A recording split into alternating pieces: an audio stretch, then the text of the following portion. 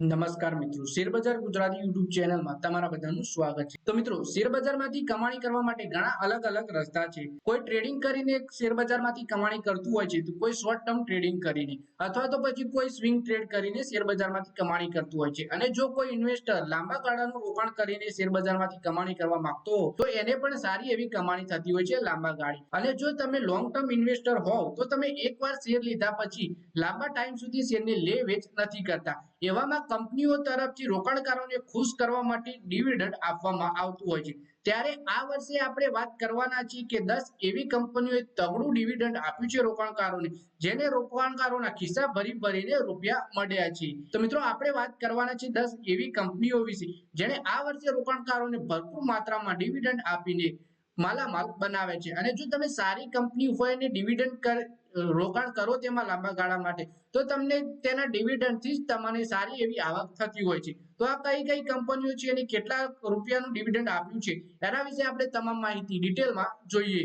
તો મિત્રો, વાત કરીએ દેશમાં આ 10 કંપનીઓએ નાણાકીય વર્ષ 2024 માટે તેમના રોકાણકારોને સૌથી વધુ ડિવિડન્ડ આપવાની જાહેરાત કરી છે। પછી આપણે વાત કરીએ કે દેશની ઘણી કંપનીઓ તેમના નફાનો કેટલો હિસ્સો સમયાંતરે તેમના શેરધારકોમાં વહેંચે છે। રોકાણકારો પણ આવા શેરોમાં હાલ વધુ રસ રાખે છે, જે સારા વળતરની સાથે ડિવિડન્ડનું પણ વિતરણ કરે। એટલે કે રોકાણકારો એવા શેર પસંદ કરે છે જે તમને સારો એવો પ્રોફિટ તો કરાવે, સાથે સાથે સતત તમને ડિવિડન્ડ પણ આપતી રહે કંપની।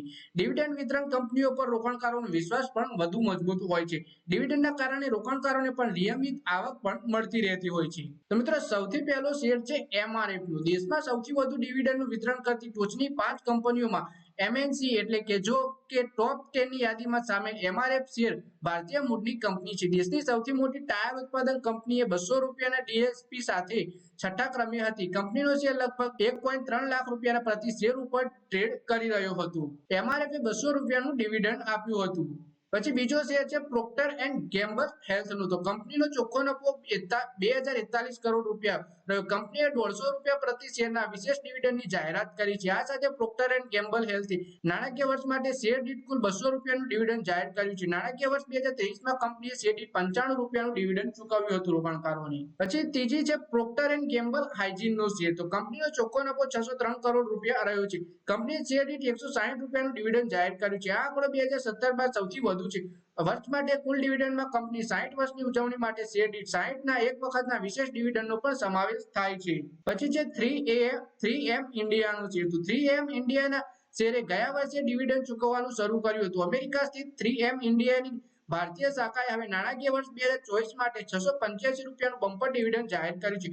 આ વર્ષે કોઈપણ ભારતીય કંપની દ્વારા ચૂકવવામાં આવેલું સૌથી વધુ ડિવિડન્ડ છે। 2 વર્ષમાં 3M ઇન્ડિયાએ ડિવિડન્ડ તરીકે 1842 કરોડ રૂપિયાનું વિતરણ કર્યું છે। એટલે કે આ વર્ષનું સૌથી વધારે ડિવિડન્ડ 685 રૂપિયા 3M ઇન્ડિયાએ આપ્યું છે। પછી છે મિત્રો અબોટ ઇન્ડિયાનો શેર। તો દવા ઉત્પાદક તરીકે એબોટ ઇન્ડિયાએ નાણાકીય વર્ષ 2024 માટે 410 રૂપિયાનું ડિવિડન્ડની વિતરણની જાહેરાત કરી છે। તેના આખા વર્ષના નફામાં 73% છે।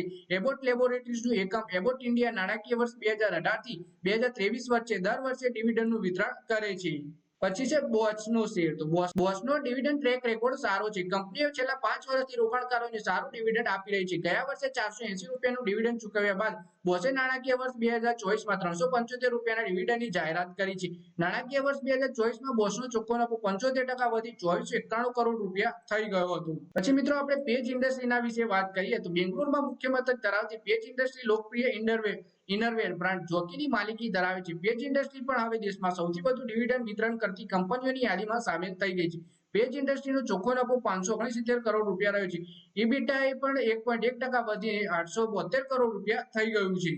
પછી મિત્રો, ઓરેકલ ફાઇનાન્સ સર્વિસના શેર વિશે તો વાત કરીએ તો ડિવિડન્ડ વિતરણની બાબતમાં ઓરેકલ અને અન્ય મોટી આઈટી કંપનીઓ કરતા ઘણું આગળ છે। મિડકેપ સોફ્ટવેર કંપની ડિવિડન્ડ તરીકે 2080 કરોડ રૂપિયા વહેંચવાની જાહેરાત કરી છે। કંપની 240 રૂપિયા પ્રતિ શેર ડિવિડન્ડ આપવા જઈ રહી છે। નાણાકીય વર્ષ 2024માં ઓરેકલ ફાઇનાન્સનો ચોખ્ખો નફો 23% વધી 2219 કરોડ રૂપિયા થઈ ગયો હતો। એટલે કંપનીએ 240 રૂપિયા ડિવિડન્ડની જાહેરાત કરી છે। તો મિત્રો, પછી વાત કરીએ આપણે સનફોય ઇન્ડિયાના શેર વિશે। તો કંપનીનો ચોખ્ખો નફો 603 કરોડ રૂપિયા રહ્યો। નાણાકીય વર્ષ 2023 માટે સનોફી ઇન્ડિયાએ 167 રૂપિયા પ્રતિ શેરના ડિવિડન્ડની જાહેરાત કરી હતી। જો કે 5 વર્ષમાં સૌથી ઓછું 2022માં અને કંપનીએ 2021 માટે 570 રૂપિયા અને 490 રૂપિયા પ્રતિ શેર ડિવિડન્ડ આપ્યું હતું। કંપનીએ જાન્યુઆરીથી ડિસેમ્બરમાં પોતાનું હિસાબી વર્ષ માને છે। એટલે કે જાન્યુઆરીથી ડિસેમ્બરમાં તેને નાણાકીય વર્ષ તરીકે જોવે છે. પછી મિત્રો છેલ્લા શેર વિશે વાત કરીએ તો એ છે મહારાષ્ટ્ર સ્કૂટર.